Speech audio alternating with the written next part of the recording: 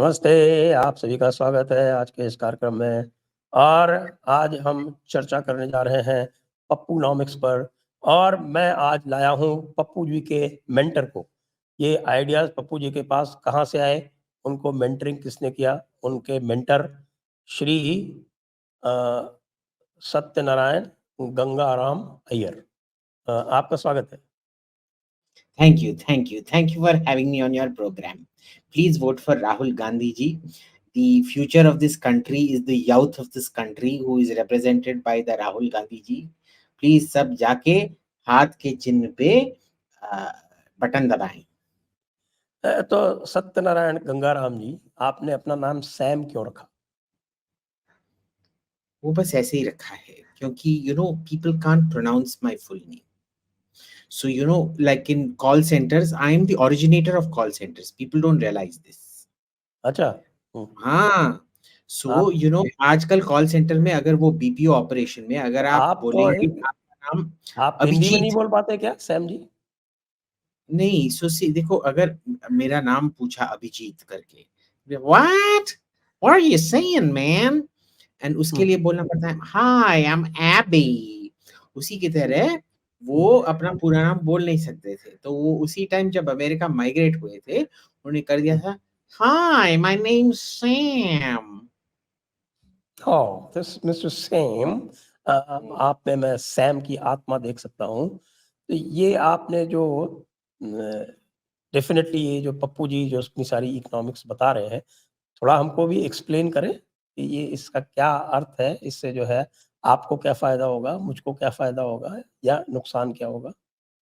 हम सब बोंडी, नहीं? सबके सब, anybody watching this program is going to go bankrupt if you follow this. I'm dead serious. अगर तो आपके पास, आप हमें समझाइए तो। I want to understand the basic principles of हाँ पप्पूनॉमिक्स। हाँ, तो देखिए पप्पूनॉमिक्स का प्रिंसिपल ये है, मैं कुछ भी बोलूंगा और वोट के लिए मैं कुछ भी बोलूंगा, ठीक है ना। मेरे को कुछ डिलीवरी नहीं करना है, बस हर आप एक ये बहुत सुंदर सा ये पिक्चर है, मैं आपको दिखाता हूँ। I want everybody to watch it. It's a 1995 film called Waterworld, starring Kevin Costner, ठीक है।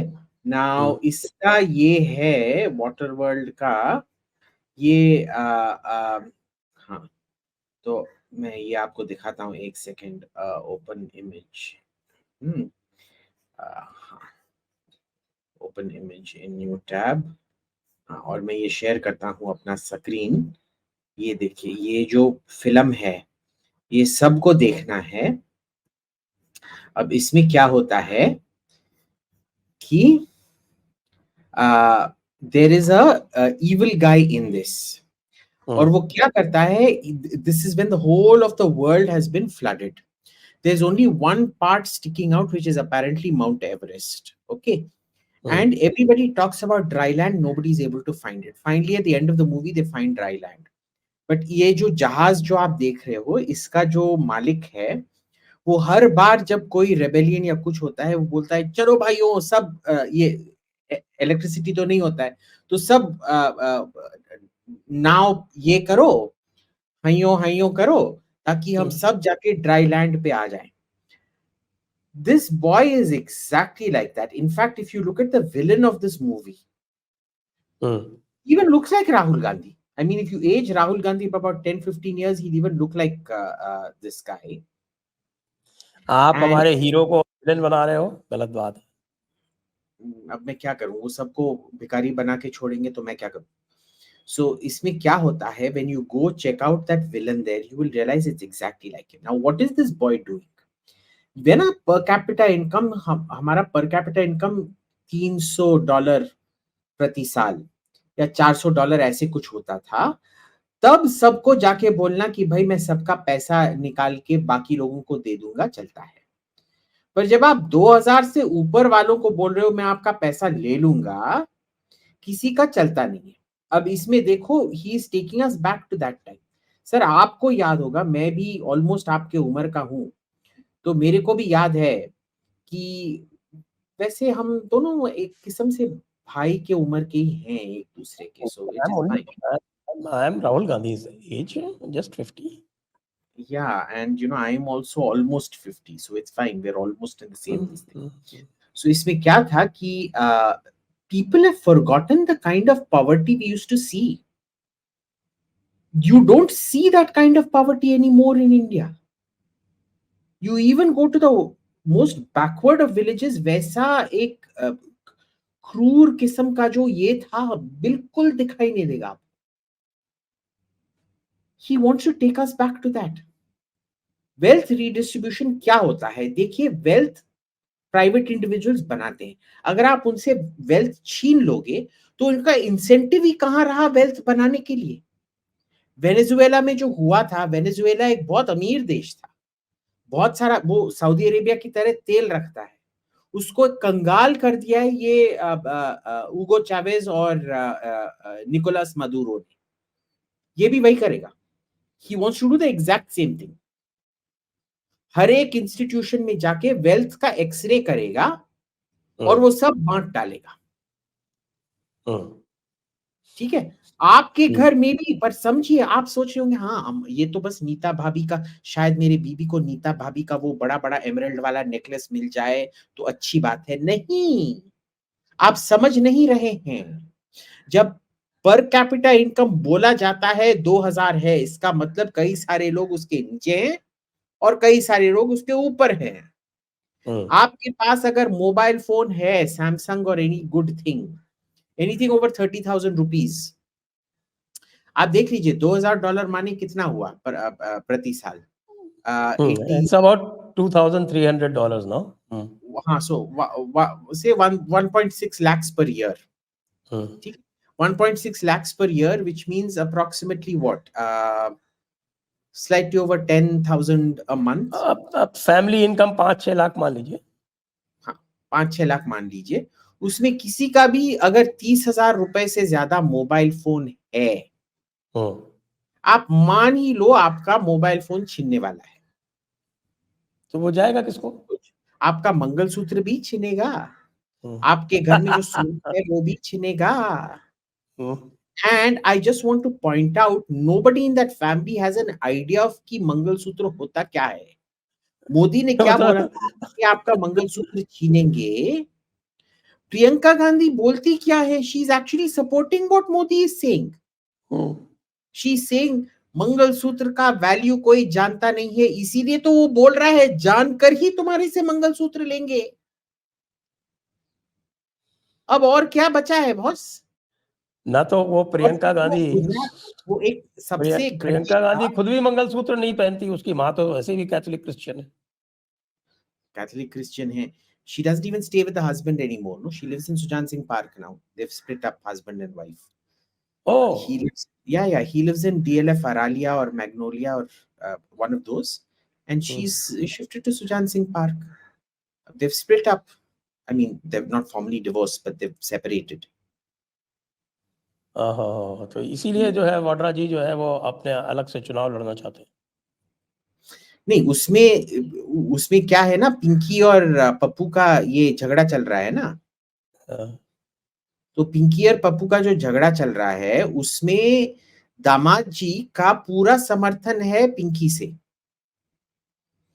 ओके, आप समझ रहे हो ना, क्योंकि मम्मी जो है वो पिंकी को लड़वाना नहीं चाह रही है, क्योंकि मम्मी टिपिकल इटालियन होंगी, पर वो इटालियन मम्मी हमेशा हिंदुस्तानी मम्मी की तरह होती है कि ना ना ना, मेरी बेटी तो पराई हो गई, जब उसने शादी कर लिया वो घर छोड़ के चली गई, वो घर की ना रही, पर जो बेटा है मेरा वो तो अपना है, वही कंटेस्ट करेगा, दामाद जी नहीं कंटेस्ट करेगा. हमारा तो खानदान अब तो रायबरेली भी खाली हो गई ना.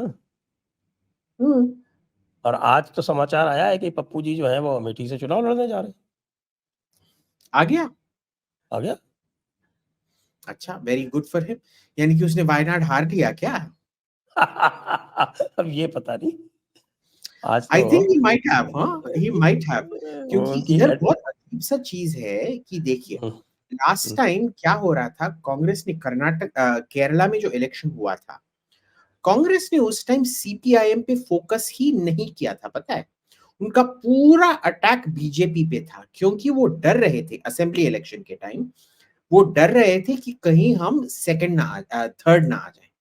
अगर वो थर्ड आ गए, third party never comes to second again, ठीक है। थर्ड पार्टी क्रिस्टलाइज होके फिर फेल हो जाता है। अब इसमें क्या है कि अब सीपीआईएम डरा हुआ है और वो बीजेपी को अटैक नहीं कर रहा है, वो बार बार कांग्रेस को ही अटैक किए जा रहा है। आप देख लिए हर जगह पे ये जो दो जोकर हैं, वो जो वो कॉकाइड क्या कहते हैं, व्हाट यू कॉल कॉकाइड, जिनका आंख ऐसा कैचा ताना, हाँ कैचा ताना।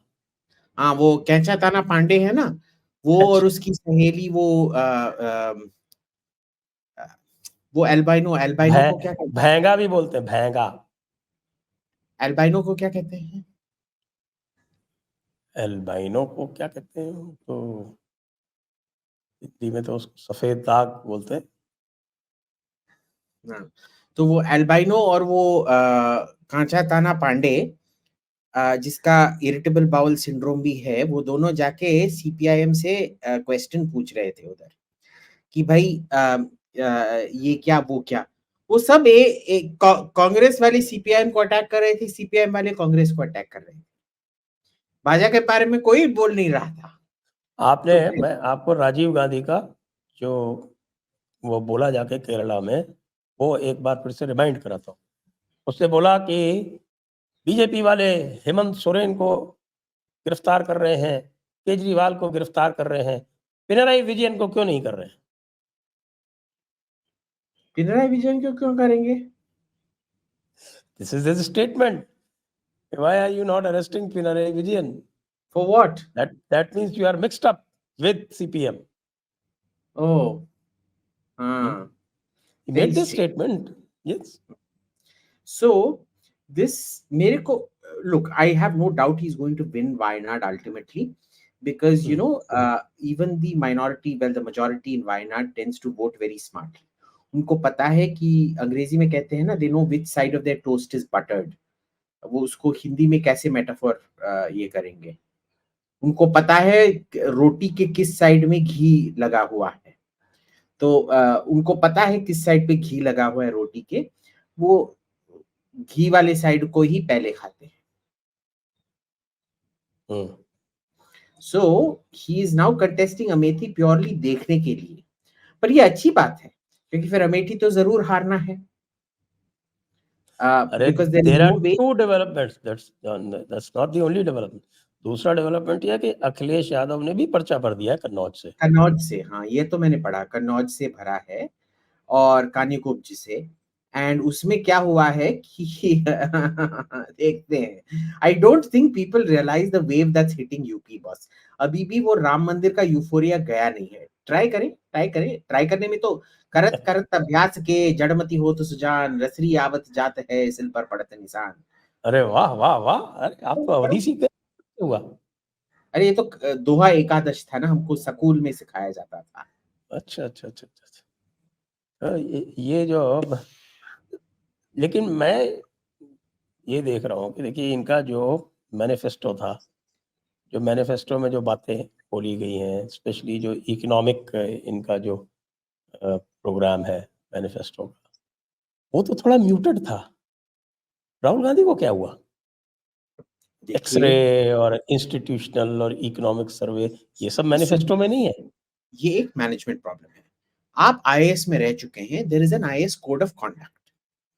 If you breach that code of conduct, आपको सर्विस से निकाला जाएगा, ठीक है। डिसिप्लिनरी एक्शन होगा, and then if it is particularly egregious, आपको निकाला जाएगा, ठीक है। अब इसमें क्या होता है कि इस आप हिस्टोरिकली देख लीजिए, राहुल पे कभी भी रूल्स कभी भी लागू नहीं हुए। रूल्स इधर होते हैं, पूरा गांधी परिवार इधर होता है, वो जो बोलेंगे वही कानून फिर बन जाता है।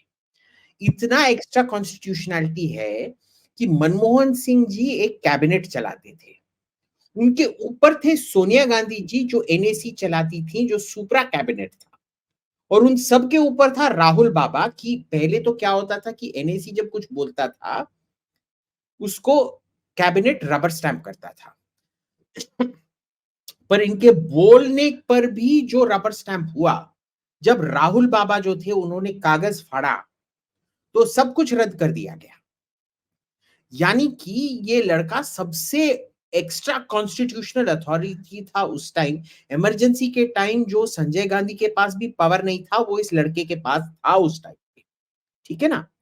अब वो दिमाग से सोचिए कि उसी दिमाग से ये बंदा आ रहा है कि ये मैनिफेस्टो होता क्या है। ये मैनिफेस्टो टेलीप्रॉम्प्टर की तरह है। मैं टेलीप्रॉम्प्टर इस्तेमाल नहीं करूंगा, मैं मैनिफेस्टो पे नहीं जाऊंगा।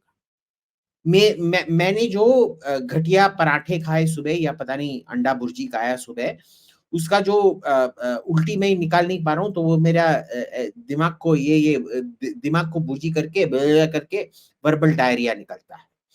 डिसिप्लिन कुछ नहीं। तो if you look at the manifesto, it is not so dangerous in wealth distribution. Problem is कि राहुल बोलता क्या है, उसको कैसे इंटरप्रेट करता है। हर चीज वेल्थ डिस्ट्रीब्यूट करेंगे, जाके हम एक्सरे करेंगे। एक्सरे तो उसके कंस्टिट्यूएंसी में सबसे ज्यादा होता है, पता है आपको? जो वायनाड का जो एयरपोर्ट है वो है कैलिकट, जिसे कोड़िकोड कहते हैं एयरपोर्ट। कोड़िकोड इतना छोटा सा टाउन है, आप देख लो। इसमें ना, let me bring up the Wikipedia entry on Calicut for you. Calicut, Kozhikode and city in India. I want you to see. ये देखिए इसमें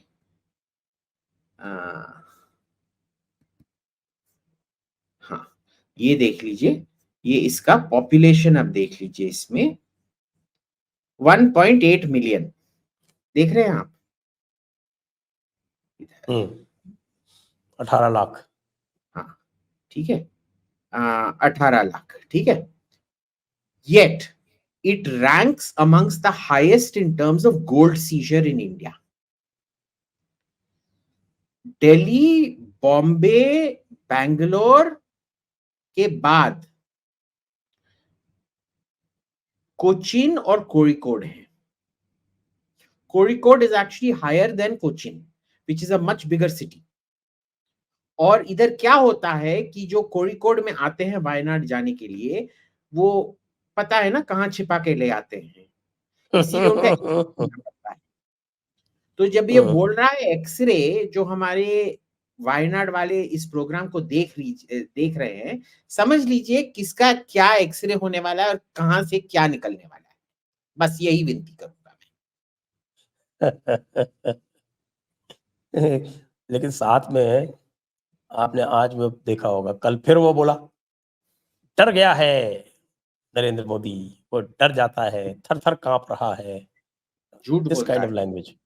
और उसके बाद फिर ऑफ कोर्स प्राइम मिनिस्टर तो ऐसे लूज़ बॉल छोड़ते ही नहीं ना, उसको तो फिर बोले he hits it out of the stadium and he is giving him a loose ball a day. But why we surprised? देखिए, मैं कई बार आपके प्रोग्राम पे बोल चुका हूं, far from being a example of good speech, this guy is a walking talking advertisement for teleprompter. जो भी हमारे दर्शक अगर टेलीप्रॉम्प्टर कंपनी में काम कर रहे हैं, प्लीज राहुल गांधी को अपना मैस्कॉट बना लो, क्योंकि ऐसा एक बुद्धू आपको नहीं मिलेगा जो जिसकी दरकार टेलीप्रॉम्प्टर की इतनी ज्यादा है। वो जैसे ही अपना मुंह खोलता है, वो शॉर्ट फुल टॉस देते रहता है मोदी को। सो इसमें देखो, इसमें problem is not, see, management style का प्रॉब्लम है। जब राहुल खुद ऐसे करता है, बकवास बके जाता है, फुल टॉस दिए जाता है, तो बाकी लोगों में भी वो कंपटीशन आ जाता है। अरे राहुल ने बोला तो हम क्यों नहीं बोलेंगे? ये पार्टी डिसिप्लिन क्या होता है? फिर सैम पिट्रोडा शुरू हो जाते हैं, फिर मणिशंकर अय्यर शुरू हो जाते हैं, फिर दिग्विजय सिंह शुरू हो जाते हैं। मैं सच सच आपसे बता रहा हूँ, वो 282 जो पहले इलेक्शन में आया था, वो मणिशंकर जी ने अगर मुंह ना खोला होता तो वो 272 282 ना आता। अगर दूसरे इलेक्शन में जो 303 आया, वो अगर सैम पिट्रोडा जी अपना मुंह नहीं खोलते, वो नहीं आता। इस बार उन्होंने कहा अगर लास्ट टाइम क्या बोला था? हुआ तो हुआ। अच्छा। हाँ, तो हाँ, हाँ, हाँ, हाँ। तो इस बार अगर 400 पार करना है, 3 लोगों को मुंह खोलना है। दिग्विजय सिंह को मुंह खोलना है, ये मणिशंकर अय्यर को मुंह खोलना है और सैम पिट्रोडा का मुंह खोलना है। जैसे ही सैम पिट्रोडा तो हो पिट्रोडा गया। बोला, आई न्यू अब 300 पार हो गया है।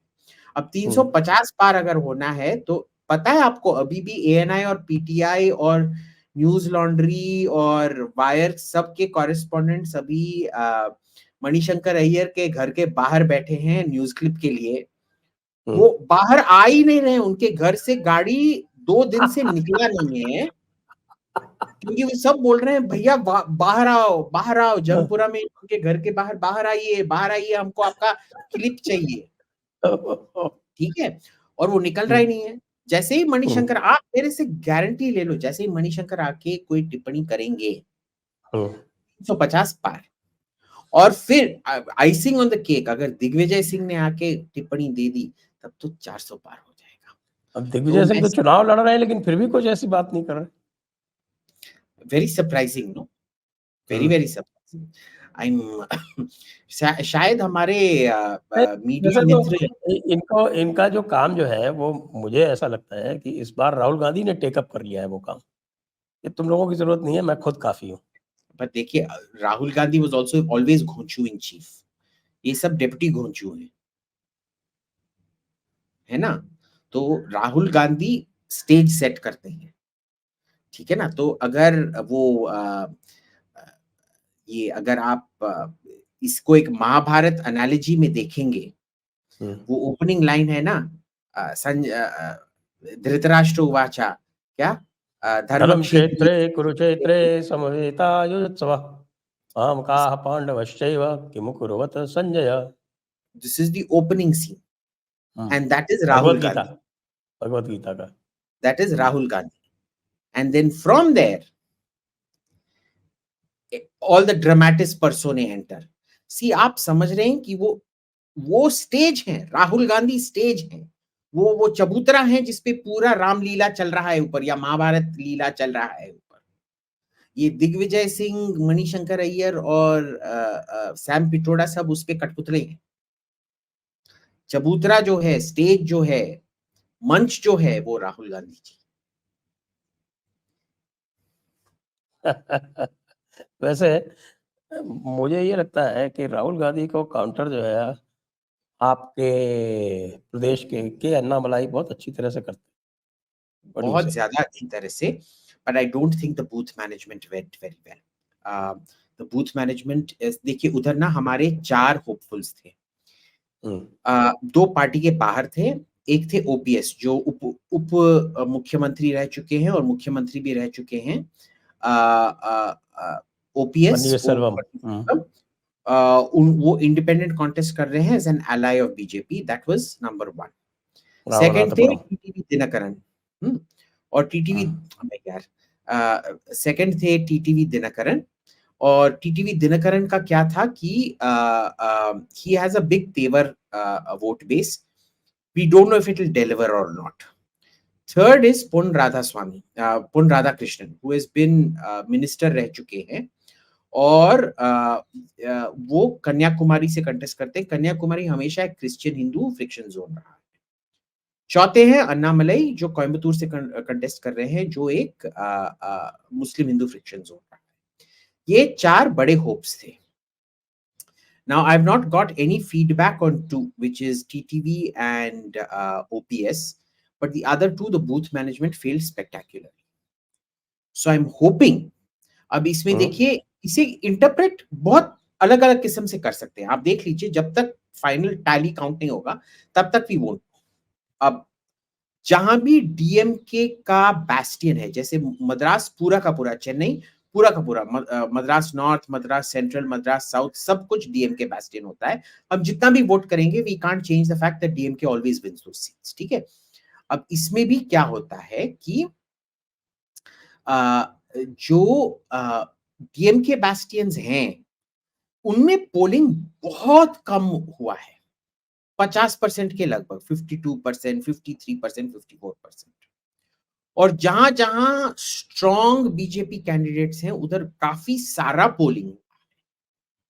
What does that mean? In Chennai, that या not in Chennai, in Coimbatore and places like that. ठीक है. So what does that mean? Does that mean that DMK voters did not come out और जो भाजपा के वोटर्स हैं वो सब निकले हैं शायद, या क्योंकि उधर भाजपा का बहुत बड़ा थ्रेट चल रहा था क्योंकि अन्नामलाई इतने कैरिज्मेटिक हैं कि उन जगहों पे डीएमके वोटर्स बहुत ज्यादा मात्रा में निकले हैं उनको हराने के लिए. ये भी एक इंटरप्रिटेशन हो सकता है. और इसमें इंपॉर्टेंट चीज क्या है कि कोयम्बतूर में तो मैं जानता हूं दोनों, इसमें डीएमके ने ही अन्नामलाई को हराने की कोशिश नहीं की है, एडीएमके ने भी उनको हराने की कोशिश की है. उधर बहुत घोटाला हुआ है. उधर उधर एक खानदान में बाप को 5 किलोमीटर इस साइड, माँ को 5 किलोमीटर उस साइड का पोलिंग बूथ दिया गया है. ऐसे बहुत सारी चीजें हुए हैं उधर. पूरा जो रोल रिगिंग, देखिए इलेक्शन रिगिंग तो हो नहीं सकता पर रोल रिगिंग हो सकता है ना, वो रोल रिगिंग हुआ है. हाँ, वो तो देखिए रोल रिगिंग तो इट इज प्रिवेंटेबल. अगर आपकी पार्टी जो है वो अलर्ट है तो रोल रिगिंग प्रिवेंट की जा सकती है. एक बात प्रॉब्लम वैसे क्या जो था? मेरे पास जो सूचना आ रही है, देखिए ऐसा नहीं है कि कोयम्बटूर बीजेपी का भी वहाँ ऑर्गेनाइजेशन है. वो आपके वो वनिता जीती ही हुई है ना, वो असेंबली सीट उन्होंने जीती है वहां से, जी. और वो भी तब जीती है डीएमके के सामने. और डीएमके के साथ साथ वो भी था ना, वो क्या नाम है वो पागल हमारा कमल हासन. कमल हासन उसका जमानत जब्त हुआ था. Oh God, such a pathetic तो character. मेरे पास सूचना है कि भाई कोयम्बटूर जो अर्बन जो कॉन्स्टिट्यूएंसीज थी उसमें तो they have done very well, लेकिन जो रूरल कॉन्स्टिट्यूएंसीज थी उसमें उनका इतना पेनिट्रेशन नहीं था. देखते हैं. टोटल आई देखिए थिंक इसमें दे हैव 7 प्रॉब्लम क्या था? constituencies per parliamentary constituency. Polling booth management is a combination of 2 factors. एक है कि आपके पास यार ये एडिक्वेट ये हैं कि नहीं, do you have an adequate number of booth staff, number 1. Number 2, अगर आपके बूथ स्टाफ लोकेशन को जानते हैं, पहचान सकते हैं हर रोड में, हर इलाके में कौन असली है कौन नकली है, और इलेक्शन के पहले ही बैठ के वो रोल्स को देखते हैं कि रोल सब ठीक तरह से पॉपुलेट हुए हैं या नहीं हुए. अब कई सारे लोग इधर जो बूथ मैनेजमेंट के लिए ले आए गए, वो बाहर से ले आए गए, who did not have local knowledge, so they were not able to do the role management properly and they were not able to do the booth management properly. That was the problem. Yes, it is possible. लेकिन जो हमारी team करते हैं ना, we do this opinion poll and exit poll. तो हमको तो there are 2 other seats which you haven't, in fact 3 seats that are also there. एक है वेलोर और धर्मपुरी और आपका क्या बोलते हैं तिरुनेलवेली, जहाँ की अच्छी रिपोर्ट्स आई हैं that BJP is in contention. And Central Chennai seat also, a lot of people are saying the Central Chennai, central Chennai आप मेरा ले लीजिए, नहीं आएगा. मेरा सीट जो है जहां मैंने वोट किया था वो तमिलिसाई सौंदरराजन है, चेन्नई साउथ. उधर इट इज इम्पॉसिबल, आप रख लो, क्योंकि उधर जो फिशरमैन और जो मुस्लिम पॉपुलेशन है बहुत ज्यादा है, उधर वोट नहीं मिलेगा आपको. ठीक है, it's very brave of her to contest. See, I believe this time the BJP will get over 15% minimum in vote share. ठीक है, does 15% put you in contention? Yes. Optimally 22 to 23% is where your contention actually starts. वो कई सारे constituencies में हो सकता है, और अगर वोट डीएमके और एडीएमके का स्ट्रेटेजिकली ब्रेक हुआ है, थर्ड पार्टी फोर्थ पार्टीज ने कैसे ब्रेक किए हैं देखना पड़ेगा. But right now I don't see that happening. I see a DMK sweep. Okay, अभी और आगे बातें करते हैं. तब तक दर्शकों से अनुरोध है कि कृपया जिन्होंने अभी तक सब्सक्राइब नहीं किया है वो भी सब्सक्राइब कर लें. जो नए दर्शक हैं, हमारे पास पहली बार आए, वो भी सब्सक्राइब करें. और जो हमारे सब्सक्रिप्शन प्लान्स हैं उनके लिंक दिए हुए हैं, आप जेडी को सपोर्ट करेंगे उससे और एक मेंबर बन जाएंगे via subscription plans. Okay, so what do you see in Karnataka? I see a complete BJP sweep. probably more than the last time, क्योंकि इस बार क्या हुआ है कि एक साल में जितना गुंडागर्दी कांग्रेस ने किया, एक साल से कम में जितना गुंडागर्दी कांग्रेस ने किया है, और ये जो नेहा हिरेमत का जो मर्डर है, इसके वजह से जो गुस्सा है उधर बहुत ज्यादा है, बहुत ज्यादा है।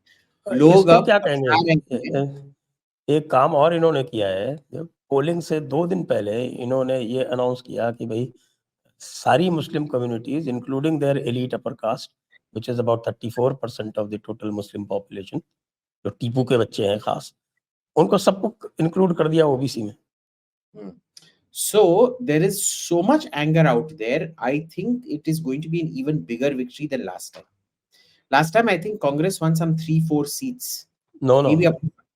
हाँ, one to Congress and one to JDS अच्छा. It and in which, one independent Sumalata so from Mandya. three was left out. This time also maximum 3, no more than 3. Okay. Whether Sumalata was supported by the BJP from outside. But no, उन्होंने there field is, नहीं किया था वहां से। अगर आप, कई सारे मेरे दोस्त जो भी हैं, who are quite anti-BJP, they are also ruining the day that they got the Congress government. I don't think people realize how unpopular Siddaramaiah and DKS is. DKS maybe by himself could have been quite popular, but Siddaramaiah not at all. Siddaramaiah तो वैसे भी comes out as a very arrogant person. He is. Even people in the Congress don't like him. आपको पता है ना, वो हमेशा कांग्रेस में नहीं था, वो JDS या हाँ, JD JDS कुछ भी था, and then he JDS से joined. आया था, JDS से आया था। So people in the Congress also don't like him. They don't think he's a complete loyalist and things like that. Unlike DKS, who's been in this thing. पर देखते हैं क्या होता है, देखते हैं। अब आप ये बताइए कि ये तो हो गया, साउथ की बात हमने थोड़ी सी कर ली, लेकिन ये जो खास तौर से ये जो इम्पैक्ट आने वाला है इसका, ये ज्यादा तो मिडिल क्लास के ऊपर आने वाला है, और मिडिल क्लास तो ज्यादातर साउथ में ही है, क्योंकि साउथ में मिडिल क्लास का प्रोपोर्शन नॉर्थ के बनिस्बत ऑलमोस्ट डबल है। So the question is, why was तो it ये जो not? वेल्थ रीडिस्ट्रीब्यूशन है वो हाँ, तो मिडिल क्लास को ही इम्पैक्ट करेगा ज्यादा। exactly. अब देख लीजिए, फर्स्ट फेज में तमिलनाडु है, I think they've given up on Tamil Nadu in a sense. But the remaining phases, ये सब वेल्थ रीडिस्ट्रीब्यूशन अभी क्यों शुरू किया है? नॉर्थ के लिए उन्होंने मुसलमान शुरू कर दिया, साउथ के लिए उन्होंने वेल्थ रीडिस्ट्रीब्यूशन शुरू कर दिया। It is for the next 6 phases of the election. The entire middle class that comes out is going to be, sorry to use the word, but shitting bricks, thinking कि हमारा क्या होगा।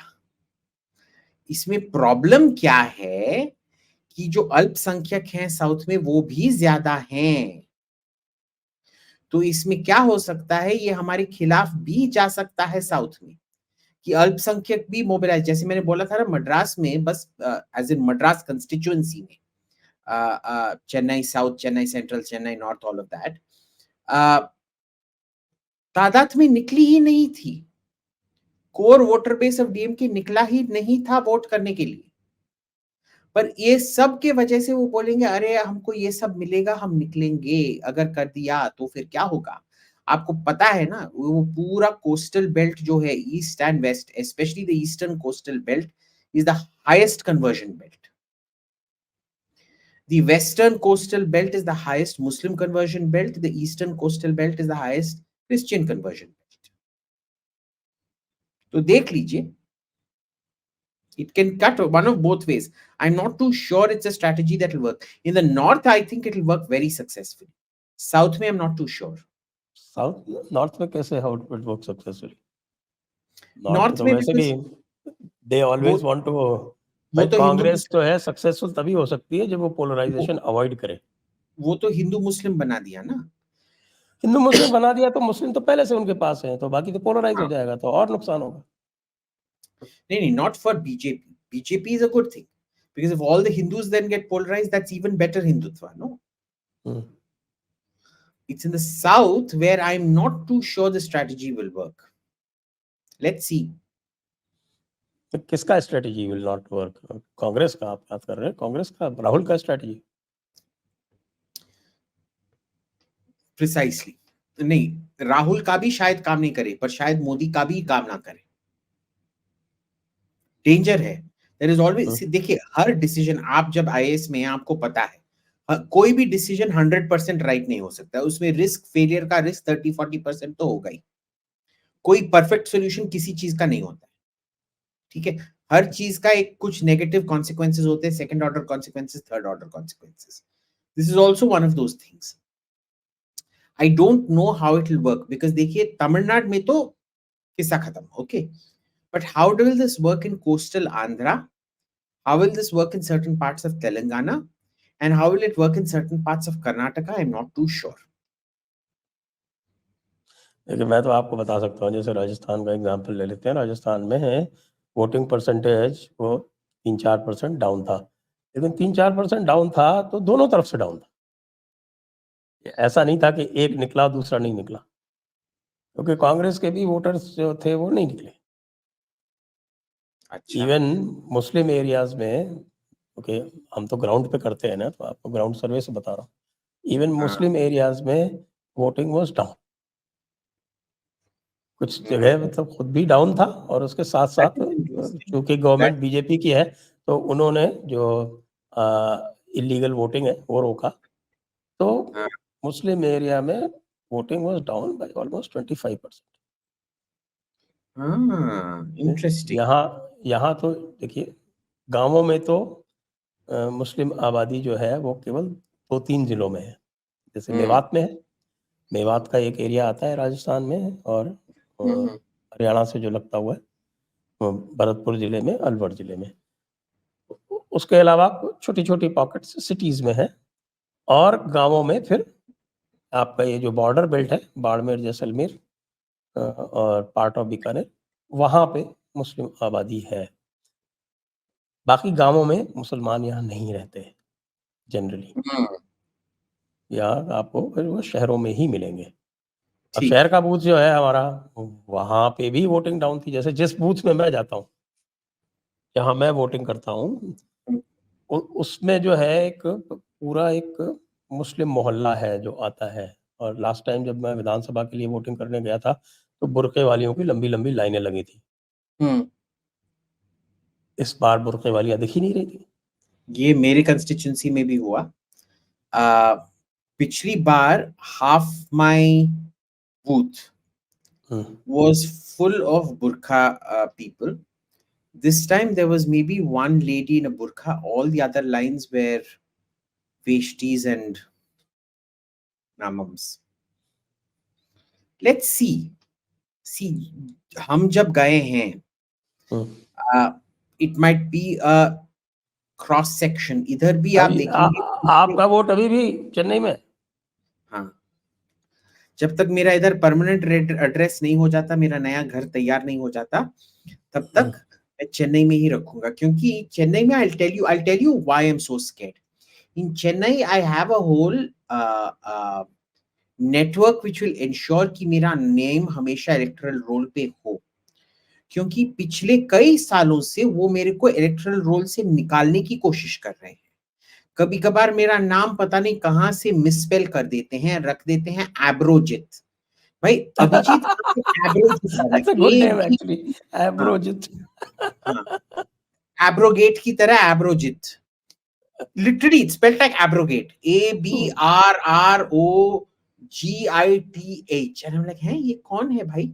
एब्रोजित ये कौन है? ये कैसे? How did you see when you are typing the name out, you are looking at it? How did you see it as abrogit or abrogit? I don't know. Then once it wasn't there, and we had to go through a huge tantrum outside the office, and then they put the name there. So I'm very worried that the same thing actually एक काम करना चाहिए आपको, आपके T के आगे H लगा देना चाहिए. Then they will think that this is a Tamil name. Abhijit. No, I will never become Abhijit. And maybe it is not Abhijit. It should technically be Abhijitan.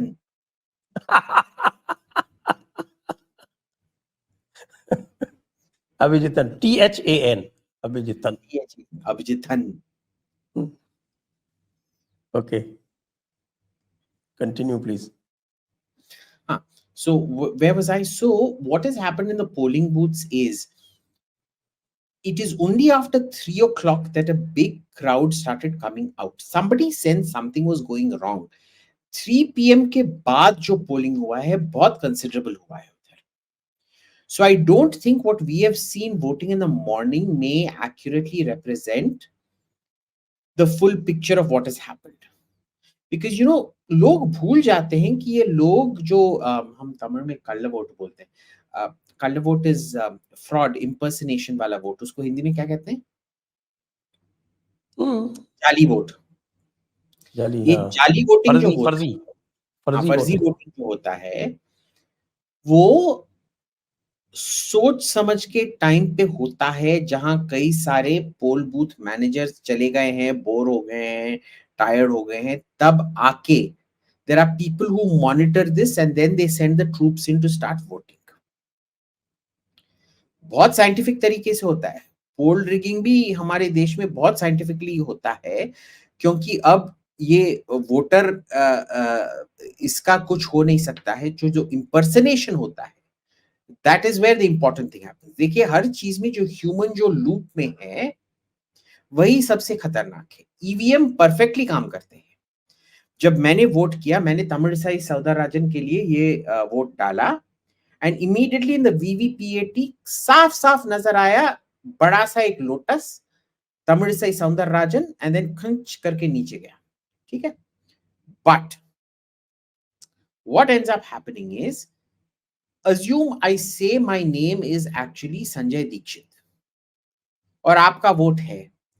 The corruption comes in that the officer presiding will also look at me and say, yes, you are. Go ahead. There is no photograph taken of the person who came to vote. So what ends up happening is, are you going to then, how will you find this person? How will you negate that vote? Ye batao. Even if you manage to find the person, how will you negate the vote once the vote is cast? वो तो उसका procedure है, tender vote और challenge vote वाला system होता है, but that comes into play, It's a very long process. that comes into play only if there is an election petition, and it happens, you can't do it if it's happened in massive numbers. No, it's only if somebody points out. Polling party mixup हो तब तो possible है. लेकिन अभी जो आप देख रहे हैं ना, this entire EVM debate, you seen what is happening in the supreme court, और कितनी तरह से इन लोगों को जो है वह पिटाई हुआ है, बहुत बुरी तरह से पिटाई हुई इनकी, प्रशांत भूषण और सबकी. साफ साफ कह दिया इन्होंने कि we can't issue a mandamus only on the basis of suspicion. Exactly, suspicion के बेसिस पे नहीं कि मैंडेमस दे सकते. आपको एक भी आज तक मिसमैच नहीं हुआ है, नॉट अ सिंगल मिसमैच. और जो वो साइट भी करते हैं, वो that was actually a miss reporting. तो अब जो लेटेस्ट जो शुरू किया है इस बार, जो इन्होंने किया है 50% लाइव स्ट्रीमिंग, 50% बूथ्स की लाइव स्ट्रीमिंग ये कर रहे हैं, तो उसका इम्पैक्ट तो पड़ता है पोलिंग पार्टी पे. लेकिन अगर पोलिंग पार्टी ही रूलिंग पार्टी का काडर ही हो, मुश्किल हो जाता है. I agree with you. देखते हैं, वी शैल सी. क्योंकि ये पहली बार शुरू हुआ था, I think I was in Himachal as an election observer, तब ये लाइव स्ट्रीमिंग शुरू किया था 2007. हाँ, तो it used to be only on select booths, कोई पूरे 200 बूथ्स में से कोई 10-15 बूथ पे शुरू हुआ था. और वो धीरे धीरे बढ़ते बढ़ते विद द टेक्नोलॉजी इम्प्रूवमेंट, वो सब होते होते गॉन अप टू 50%. तो सजेशन दिया था, और may be it will come out in the supreme court. Supreme court ने पूछा था कि व्हाई नॉट 100%, अब 50% में ही लाइव स्ट्रीमिंग क्यों करते. तो वो इम्प्रूवमेंट्स तो और होंगे, और इट इज बिकमिंग. देखिए भाई, मैं आपको बोल रहा हूँ, it will slowly get better and better and better. देखिए, But the thing is, इसमें ना आप देखिए, मैं आपको इसमें एक, let me narrate my experience. क्योंकि 1999 में at the heyday of Lalu's power, I was election observer in Bihar. Hmm. in a constituency called Maharajganj, Chhapra district, और वहाँ पे बहुत बड़े बाहुबली प्रभुनाथ सिंह वहाँ पे चुनाव लड़ते थे। Hmm. और वो that was the last election done with ballot boxes, Hmm. Ballot papers. तो भाई 6 सेगमेंट्स थे, असेंबली सेगमेंट्स थे, और आई हैड ऑर्डर्ड 67 रीपोल्स। और इतना आसान था रिगिंग करना बैलेट बॉक्सेस से कि इसकी कोई मतलब ही नहीं थी। Hmm. और स्टैंडर्ड ऑपरेटिंग प्रोटोकॉल क्या होता था कि जहां पर आपका अपोनेंट स्ट्रांग है और वोट छाप रहा है, वहां पर किसी तरह से रिपोल करवा दो। हाँ, तो then they used to send somebody. Standard practice, सबसे अच्छी प्रैक्टिस ये थी कि स्याही भर के ले जाते थे, जेब में रखते थे और जाके बैलेट बॉक्स के अंदर उड़ेल देते थे। हाँ। थोड़ा So, थोड़ा स्ट्रांग होते थे तो बैलेट बॉक्स उठा के बाहर जाके तालाब में डाल देते थे, बहुत अच्छी बात है। जिससे कि रिपोल हो। रिपोल में you get You large get, force, you get yeah. Large force, तो फिर वो they can put there votes also, otherwise उनके वोट जो थे वो लगता था उनको हम नहीं डाल पाए, ये होता था। और मैं दोबारा गया हूँ बिहार में 2010, पूरे स्टेट में एक भी रिपोल नहीं हुआ। ऐसा क्या? हम्म। Okay. But you know, I always have a lot more तो faith ये in. जो लोग कहते हैं कि बैलेट पेपर से डाला जाए, उनका इंटरेस्ट क्या है ये बताइए। उनका इंटरेस्ट तो रिगिंग में ही है ना, because rigging was used to be easier. But I will always credit the Indian deviousness of mind more. ये देखिए, ये जैसे वायरस और एंटीबायोटिक्स का कैचअप होता है ना, कि जैसे एंटीबायोटिक्स आ जाता है फिर कुछ ना कुछ ऐसे कोविड की तरह आ जाता है जो सबको छक्के उड़ा देता है। So I fundamentally believe कि even no matter how good our election system is, the deviousness of the Indian mind will always find some way or the other to overcome it. नहीं, वो तो करते, देखिए एक टाइम पे booth jamming हुआ करता था बंगाल में, लेकिन अब नहीं बूथ हो पाता। जैमिंग क्या होता है? बूथ ये जैमिंग तो बड़ा साइंटिफिक सिस्टम था। हाँ, उसमें जो है सीपीएम वाले क्या करते थे, वो मॉर्निंग में अपने जितने भी सपोर्टर होते थे वो लाइन में खड़ा कर देते, और फिर वो बहुत स्लोली वोट करते थे। एक एक आदमी जो है वो हाँ, 2-2 3-3 मिनट वोट करने में जानबूझ के लेता था, हम्म। और large queues used to get form. तो उससे दुखी होके बहुत सारे लोग जो है वो देखते थे, यार इसमें 2 घंटा 3 घंटा लगेगा, तो चले जाते। That was booth jamming technique. You know, this is interesting because this is what happened the last time when I cast my vote. There were a whole bunch of burkhadaris who were standing in front of me. It took 1.5 hours for us to get to our booth and vote. Now it makes a lot of sense. वो सब बिना इसके आए थे, बिना पर्ची के आए थे, बूथ स्लिप के आए थे। तो सबका एक साथ, और वो 40-50 लोग एक साथ गए थे, किसी का बूथ स्लिप नहीं था। And everything had to be hunted for, so everybody in the back of the line had to wait. तो ये सब साइंटिफिक सिस्टम्स है। चलिए अब हम वाइंड अप करेंगे, और लास्ट में फिर आपसे हम पूछते हैं कि ये जो आर्टिकुलेशन है राहुल गांधी का, वो अल्टीमेटली इनको क्या किसी तरह का फायदा देगा या कि नुकसान देगा? देखिए, ये डेस्परेट है, ठीक है? जब कोई डेस्परेट होता है, अंग्रेजी में एक सेइंग है ना, cornered rat. Rat is most dangerous when it is cornered. तो उसकी तरह है कि ये बंदा कुछ भी कहेगा, कुछ भी करेगा इलेक्शन जीतने के लिए। द प्रॉब्लम इज, इसके कोई परहेज नहीं है, कोई लिमिट्स नहीं है, कुछ भी नहीं है इसके। ये इतना गिरा हुआ इंसान है कि इसकी कोई सीमा ही नहीं है जो वो पार नहीं करेगा जीतने के लिए। प्रॉब्लम यही है ना। सो ही विल, इसका जो कई लोगों को मूर्खपना लगता है, जो असली में एक खतरा है, ये और गहरा होता जाएगा, गहरा होता जाएगा, गहरा होता जाएगा। You will see a lot more nonsense come out of him. He is very upset कि वो वेल्थ डिस्ट्रीब्यूशन के बारे में बात नहीं कर सकता है अभी. I want him to talk more about wealth distribution, क्योंकि जितना ज्यादा वो वेल्थ डिस्ट्रीब्यूशन के बारे में बात करे वो हमारे लिए अच्छा है. पर देखते हैं. I personally, of course, as much as I make fun of him, he's a very scary character. Yes he is. अभी तो बोल रहा है ना कि इंस्टीट्यूशंस में भी जाति गणना कराएगा और देखेगा किसके यहाँ कितने हैं. उसने डाइवर्सिटी कमीशन भी बनाया है, डीईआई भी लागू करेगा, ईएसजी भी लागू करेगा. Yeah, he's going to bring DEI. That's exactly what he's going to bring. तो ये सब तो वो करना चाहता है. तो दर्शकों से अनुरोध है कि ऊपर दिख रहे क्यूआर पे आप क्लिक करके आप हमें सपोर्ट कर सकते हैं. और अब हम आज की चर्चा को समाप्त करेंगे. आप सभी दर्शकों को बहुत बहुत धन्यवाद. और हमारे सैम सत्यनारायण गंगाराम अय्यर जी को भी बहुत बहुत धन्यवाद. हाथ जय हिंद, हाथ जय का भारत, साथ वंदे मातरम. हाथ का साथ आप सबके साथ. कांग्रेस की लूट हाथ से जिंदगी बदलेगा के. हालात. नहीं, वो बोला था ना, कांग्रेस का हाथ, इस कांग्रेस की लूट जिंदगी के साथ भी, जिंदगी के बाद भी. आज भी LIC स्लोगन.